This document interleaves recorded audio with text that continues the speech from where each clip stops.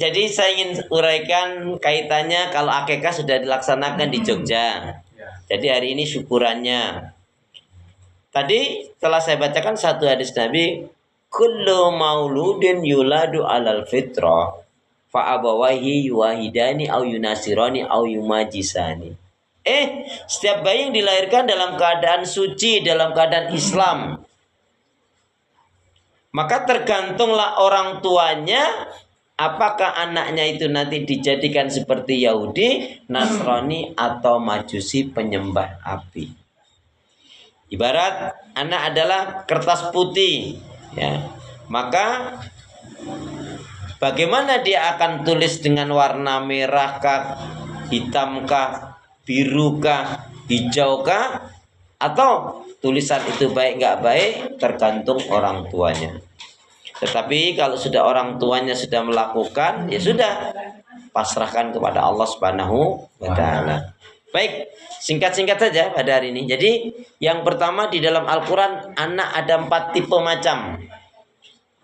Yang pertama, anak sebagai fitnah, ya, anak sebagai zinatul hayatid dunya. Anak sebagai zinatul hayatid dunya artinya apa? Anak sebagai perhiasan dunia. Ya, Waalaikumsalam. Akhirnya datang juga. Ya, ya. Ya, siap bang. Ya, sini bang. Ya. Anak sebagai hiasan dekorasi dunia. Maksudnya apa? Anaknya ini secara pendidikan cukup mapan. Mungkin S1, mungkin S2 atau sarjana lah. Orang tersanjung, wah enak ya, anakmu sarjana, anakmu baik.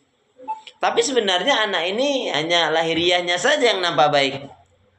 Tapi dia sendiri sebetulnya komunikasi dengan orang tuanya nggak baik juga. Tapi ini ujian yang memang untuk orang tua nggak terlalu berat kalau hanya seperti ini. Cuman orang banyak yang tertipu dengan casingnya aja.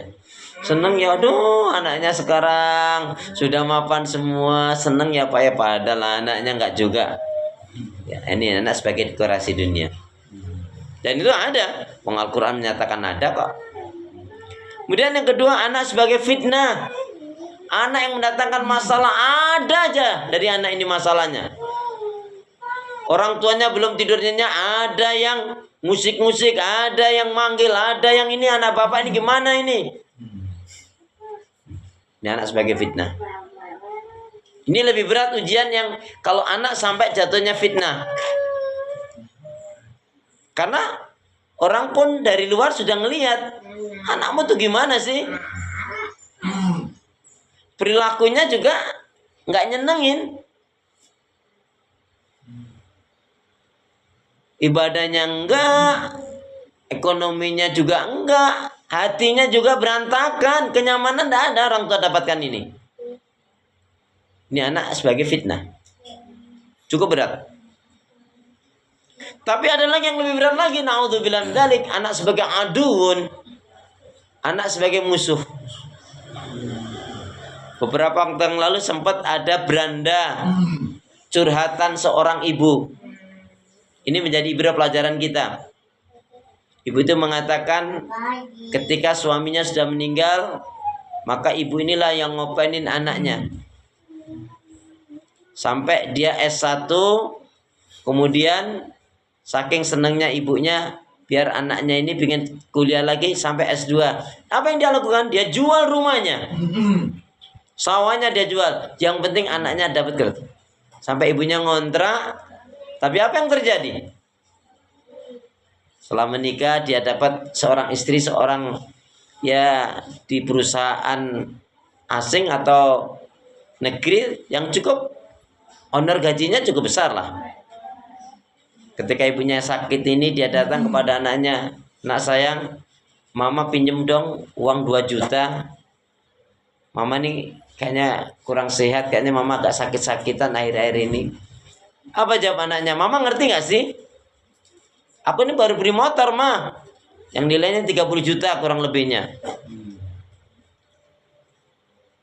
Dan mama gak ngerti, aku lagi bangun rumah. Aku lagi nabung loh, Ma. Jangan diganggu dia keuanganku, Jo. Si ibu itu mengatakan, kalau sekiranya tahu seperti itu, mending anakku hanya sampai S1 saja. Aku masih punya rumah, aku masih punya ladang atau sawah, sehingga aku nggak susah seperti ini. Ini pelajarannya Bapak. Jangan sampai kita jadi orang tua nggak punya tabungan. Jangan sampai kita terlalu menggantungkan sama anak kita. Kalau anak pengertian itu kewajiban dia. Tapi kalau kita terlalu berharap dengan anak, na'udzubillah min dzalik, sudah banyak orang yang tersakit. Ya. Sampai ungkapannya tadi.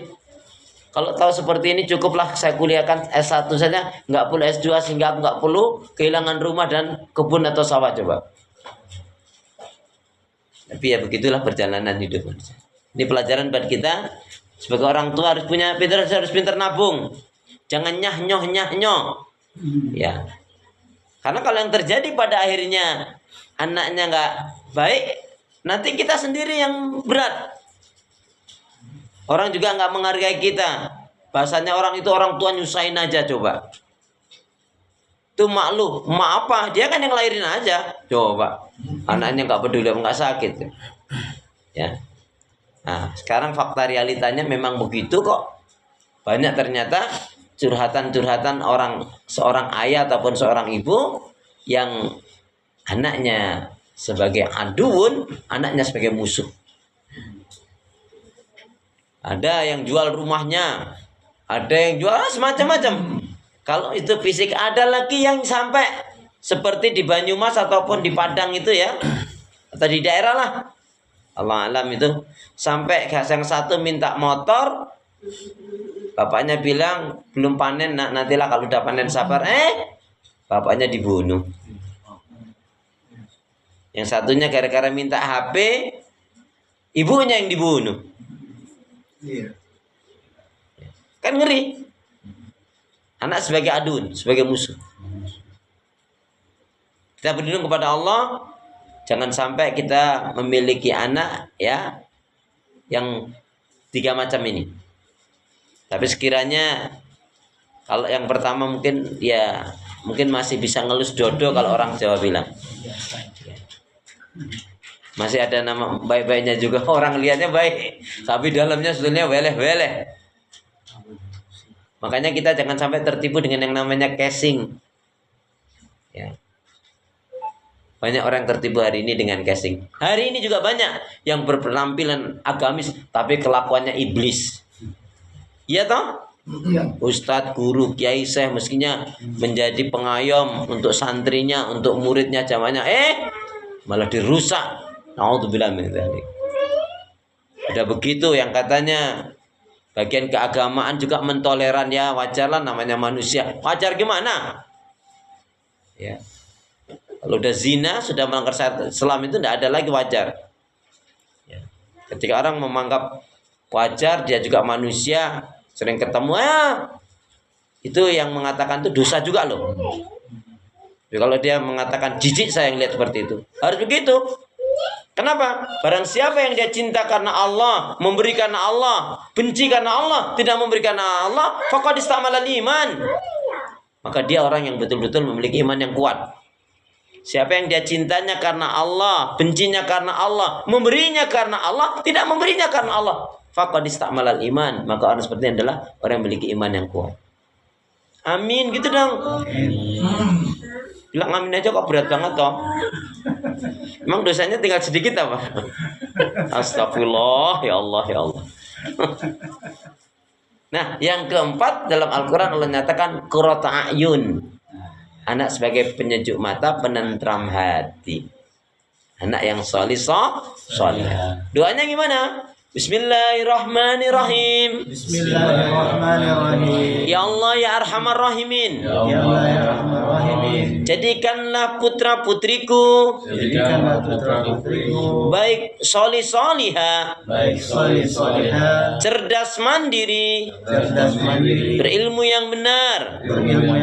Berakhlak mulia. Faham hafal Al-Quran.